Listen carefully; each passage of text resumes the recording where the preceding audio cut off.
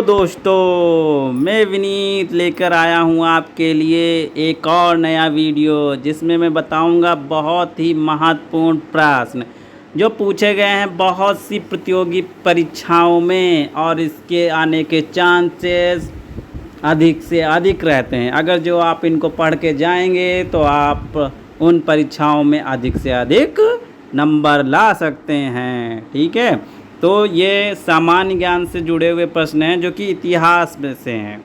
ठीक है, तो हम चलते हैं इसी बात पे अगले प्रश्न की तरफ जो कि है 10,000 रुपये का।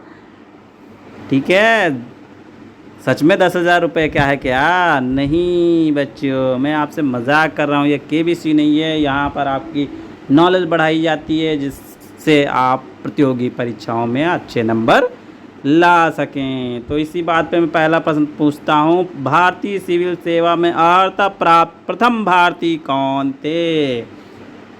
बच्चों दिमाग लगाइए, माइंड लगाइए, जो कुछ लगाना है वो लगाइए और इसका आंसर हमें बताइए। कमेंट करना है तो कीजिए, नहीं करना है तो दिमाग में अपने रखिए। जिसको आता है अच्छी बात, जिसको नहीं आता है उसको मैं बताता हूँ। वो थे सत्येंद्र नाथ टैगोर जी। कौन थे? सत्येंद्र नाथ टैगोर जी, यही हमारे थे प्रथम IAS अधिकारी। ठीक है, चलिए इसी बात में बढ़ता हूँ अगले प्रश्न की तरफ जो आपको दिलाएगा 2 नंबर या फिर 1 नंबर।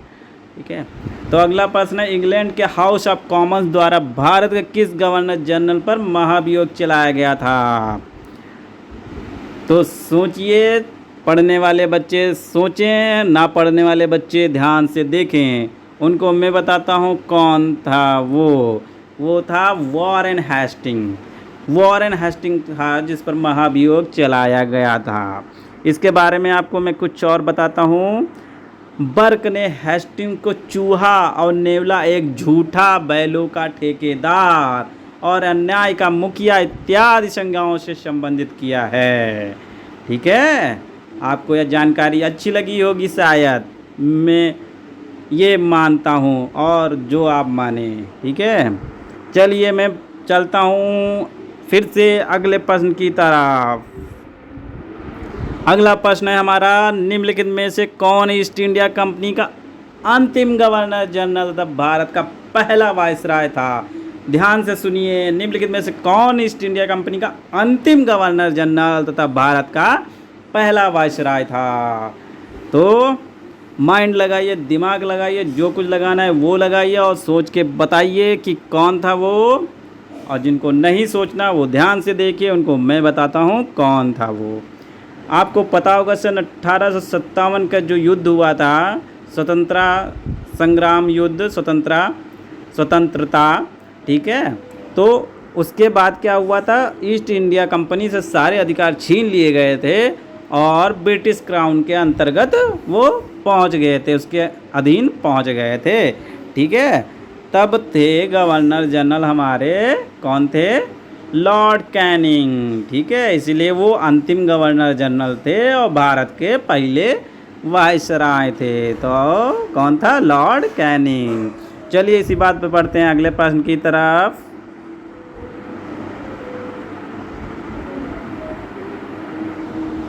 अगला प्रश्न है हमारा, किस गवर्नर जनरल का नाम राज हड़प नीति डॉक्ट्रिन ऑफ लैप्स के साथ जुड़ा हुआ है? ये बहुत ही महत्वपूर्ण प्रश्न है और मैं आशा करता हूँ अधिक से अधिक बच्चों को आता होगा।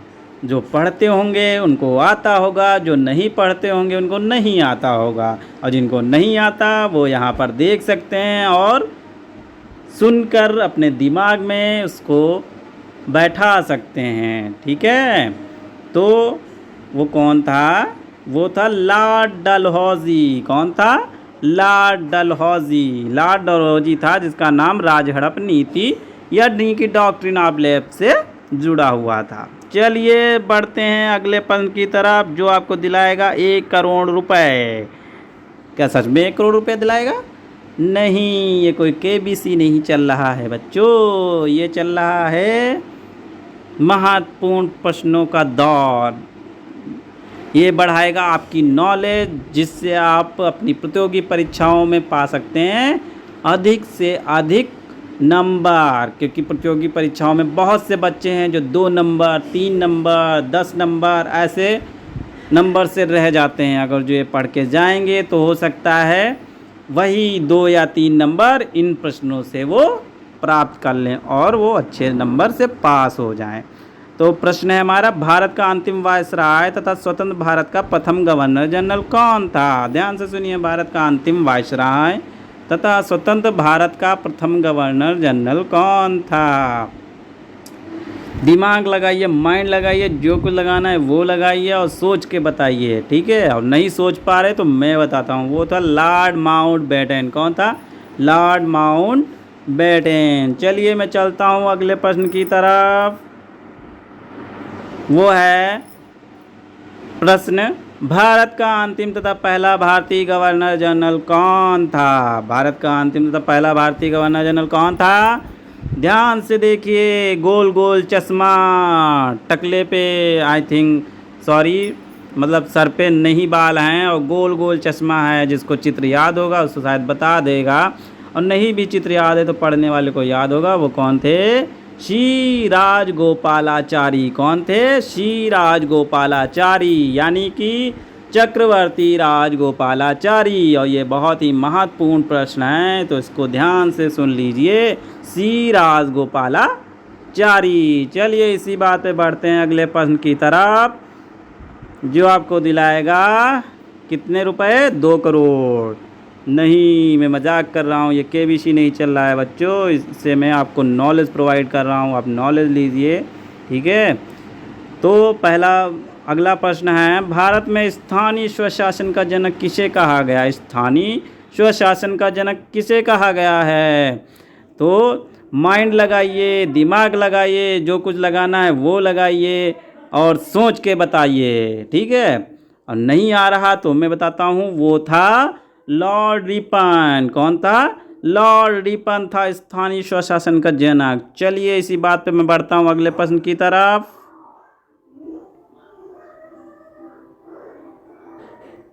अगला प्रश्न है, भारत में पहली बार सन 1853 में से किस स्थान से रेल यात्रा प्रारंभ की गई थी? ये बहुत ही महत्वपूर्ण प्रश्न है और अधिक से अधिक बच्चों को ये आता होगा। मैं जहाँ तक सोच रहा हूँ अधिक से अधिक बच्चों तक को आता होगा, ठीक है। और जिनको नहीं आता मैं बताता हूँ, वो थी मुंबई। कौन था? मुंबई, यानी कि जब पहले इसे बोलते थे बम्बई, आज के दौर पे बोला जाता है मुंबई, ठीक है। इसके बारे में मैंने आपको कुछ और लिख के दिया है, ठीक है, जिससे आपको पूरी जानकारी हो जाए। भारत में पहली बार 16 अप्रैल 1853 बोरी बंदर से, यानी कि बम्बई से थाने तक रेल यात्रा प्रारंभ की गई थी। तो अगर जो प्रश्न आ जाता है कि कहाँ से कहाँ तक रेल यात्रा हुई थी, तो आप बता सकते हैं मुंबई से, यानी कि बम्बई से थाने तक। चलिए इसी बात पे बढ़ते हैं अगले प्रश्न की तरफ, जो कि पूछा जा रहा है संवैधानिक विकास से। पिट्स इंडिया एक्ट 1784 के अंतर्गत निम्न में से किसे स्थापित किया गया था? ठीक है, तो दिमाग लगाइए, माइंड लगाइए, जो कुछ लगाना है वो लगाइए और सोच के बताइए। और नहीं आता है तो मैं बताता हूँ, वो था नियंत्रण बोर्ड। क्या? नियंत्रण बोर्ड को स्थापित किया गया था। इसी बात पे मैं बढ़ता हूँ अगले प्रश्न की तरफ। कलकत्ता में उच्चतम न्यायालय की स्थापना किसके द्वारा की गई थी? कलकत्ता में उच्चतम न्यायालय की स्थापना किसके द्वारा की गई थी? आई थिंक जो सुप्रीम कोर्ट है उसकी स्थापना किसके द्वारा की गई थी? कौन सा एक्ट लगा था? कौन सा अधिनियम था? तो सोचिए बच्चों, सोच लिया? अब देखिए आपने सही सोचा या गलत सोचा, मैं आपको बताता हूँ। वो था 1773 का विनियामक अधिनियम, यानी कि रेगुलेटिंग एक्ट। क्या था? Regulating act. चलिए चलता हूँ अगले प्रश्न की तरफ।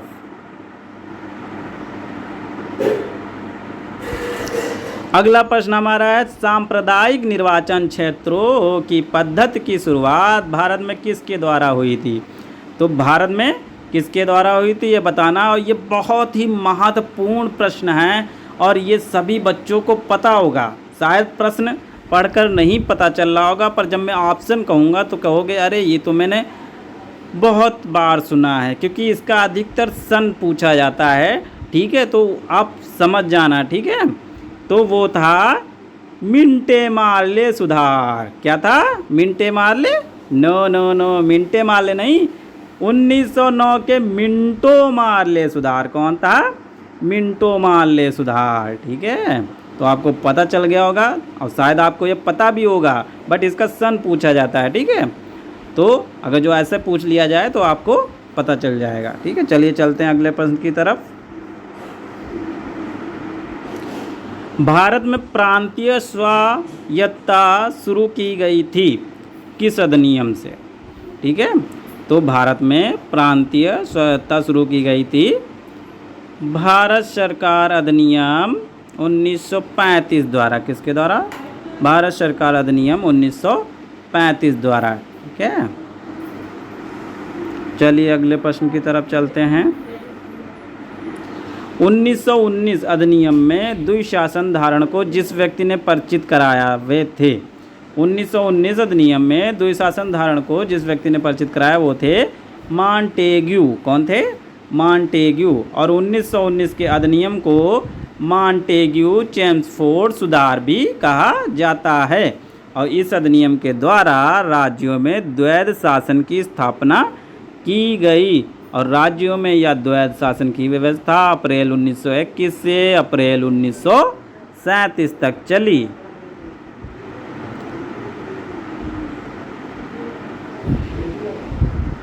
अगला प्रश्न है हमारा, रोलेक्ट एक्ट 1919 किसके काल में लागू किया गया था? तो आप दिमाग लगाइए, माइंड लगाइए, जो कुछ लगाना है वो लगाइए और सोच के बताइए। और नहीं आता है तो मैं बताता हूँ, वो ये थे लॉर्ड चेम्सफोर्ड। कौन थे? Lord Chelmsford. ठीक है, और एक महत्वपूर्ण नोट्स है, रोलेक्ट एक्ट 1919 को बिना अपील, बिना वकील, बिना दलील का कानून भी कहा गया है। इसे काला अधिनियम, ब्लैक एक्ट एवं आतंकवाद अपराध अधिनियम के नाम से भी जाना जाता है। चलिए इसी सिलसिले में बढ़ते हैं अगले प्रश्न की तरफ। अगला प्रश्न है हमारा, गवर्नमेंट ऑफ इंडिया एक्ट 1935 किस पर आधारित था? तो गवर्नमेंट ऑफ इंडिया एक्ट 1935 किस पर आधारित था? सोचिए, दिमाग लगाइए, माइंड लगाइए, जो कुछ लगाना है वो लगाइए और सोच के बताइए। जिसको नहीं आता उसको मैं बताता हूँ, वो था साइमन कमीशन रिपोर्ट। क्या था? Simon commission report. चलिए चलते हैं अगले प्रश्न की तरफ। भारत के लिए संविधान बनाने वाली सभा कैबिनेट मिशन योजना किस वर्ष स्थापित की गई थी? भारत के लिए संविधान बनाने वाली सभा कैबिनेट मिशन योजना किस वर्ष स्थापित की गई थी? तो कैबिनेट मिशन योजना कब स्थापित की गई थी? सोचिए सोचिए, नहीं आता तो मैं बताता हूँ, 1946। क्या? 1946। चलिए अगले प्रश्न की तरफ चलते हैं। अगले प्रश्न हमारे राष्ट्रीय आंदोलन से संबंधित हैं। इसमें है, स्वदेशी आंदोलन का संबंध किससे है? स्वदेशी आंदोलन का संबंध किससे है? स्व मतलब स्वयं, सेल्फ, देशी मतलब लोकल, मतलब स्वयं का देश जो होता है ना, उसके लिए जो आंदोलन चलाए गए थे उस स्वदेशी आंदोलन कहलाते हैं। ठीक है, और इसका उत्तर होगा हमारा, हाँ बताइए, सोचिए, 1905 में बंगाल के विभाजन से। ठीक है, इसका संबंध है 1905 में बंगाल के विभाजन से। ठीक है, इस मूवमेंट में क्या हुआ था? स्वदेशी अपनाओ और विदेशी भगाओ का नारा समझ लो लगा था। ठीक है, अगला प्रश्न है, गांधी जी अपना राजनीतिक गुरु किसे मानते थे? पढ़ने वाले बच्चे ध्यान से इस फोटो को देखिए। और जो नया ना पढ़ने वाले हैं वो भी देखिए। ये देखिए, गोल गोल चश्मा, गोल गोल टोपी और बड़ी सी मूछें। ठीक है, ये कोई याद दिला रही हैं आपको। ये हैं गोपाल कृष्ण गोखले। तो गांधी जी अपना राजनीतिक गुरु किसे मानते थे? गोपाल कृष्ण गोखले जी को। चलिए चलते हैं अगले प्रश्न पे। प्रश्न नंबर 19, भारत को अधिकार क्षेत्र का दर्जा यानी कि डोमिनियन स्टेट किस तारीख को मिला? ठीक है, तो माइंड लगाइए, दिमाग लगाइए, सोचिए और बताइए। नहीं पता तो मैं बताता हूँ, वो था 15 अगस्त 1947। कब था? 15 अगस्त 1947, यानी कि जब हमारा भारत देश आज़ाद हुआ था। ठीक है, तभी उसको अपने सारे अधिकार मिले थे। ठीक है, तो ऑप्शन नंबर बी है 15 अगस्त 1947। चलिए चलता हूँ अगले प्रश्न की तरफ, जो कि हमारा लास्ट प्रश्न है। ठीक है, और ये प्रश्न मैं आप लोगों के ऊपर छोड़ता हूँ। आप लोग इसका उत्तर आंसर सोचिए और कमेंट कीजिए। अगर जो आपको पता है तो कमेंट कीजिए, मैं आपके कमेंट देखूंगा। अगर जो सही होंगे तो ठीक, गलत होंगे तो भी ठीक। फिर मैं इसका आपको उत्तर बताऊंगा, तो आप अपने आंसर को मिला लीजिएगा। किसकी विफलता के बाद स्वराज पार्टी बनाई गई थी? असहयोग आंदोलन, सविनय अवज्ञा आंदोलन, या फिर भारत छोड़ो आंदोलन, या फिर चंपारण सत्याग्रह। ठीक है, तो आप सोचिए और इसका आंसर हमें कमेंट में दीजिए। चलिए इसका थोड़ा सा कुछ नोट्स मैंने बताया था वो लिख देता हूँ। 1923 ईस्वी में स्वराज पार्टी बनाई गई थी। इसके संस्थापक अध्यक्ष थे CR दास और महासचिव कौन थे?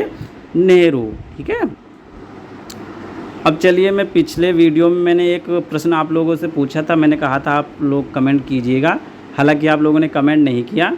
ठीक है, और इस बार मैंने ये पूछा, अगर जो आपको पता है तो आप कमेंट कर सकते हैं। ठीक है, कोई ज़बरदस्ती नहीं है, आप करना चाहें तो कर सकते हैं। ठीक है, चलिए मैं अगले वाले का उत्तर बता देता हूँ। हो सकता है बहुत लोग इच्छुक हों जानने के लिए। ठीक है, कमेंट नहीं किया तो क्या हुआ। एक खुली प्रतियोगात्मक परीक्षा के माध्यम से इंडियन सिविल सर्विस में भारतीयों के लिए प्रवेश को निम्नलिखित में से किसने संभव बनाया? ठीक है, तो शायद कुछ लोगों को पता होगा। ठीक है, बट उन्होंने कमेंट नहीं किया। चलो कोई बात नहीं, मैं बताता हूँ वो कौन था। डलहौजी। कौन था? डलहौजी। ठीक है, और जो आज मैंने प्रश्न पूछा है वो जब मेरा अगला वीडियो आएगा मैं उसमें उसका आंसर बताऊंगा। अगर जो किसी को पता है तो वो आप कमेंट कर सकते हैं। ठीक है, अगर जो आपका मन करे या फिर आपकी इच्छा हो। दोस्तों, अगर आपको ये वीडियो अच्छा लगा हो तो please like, subscribe and share.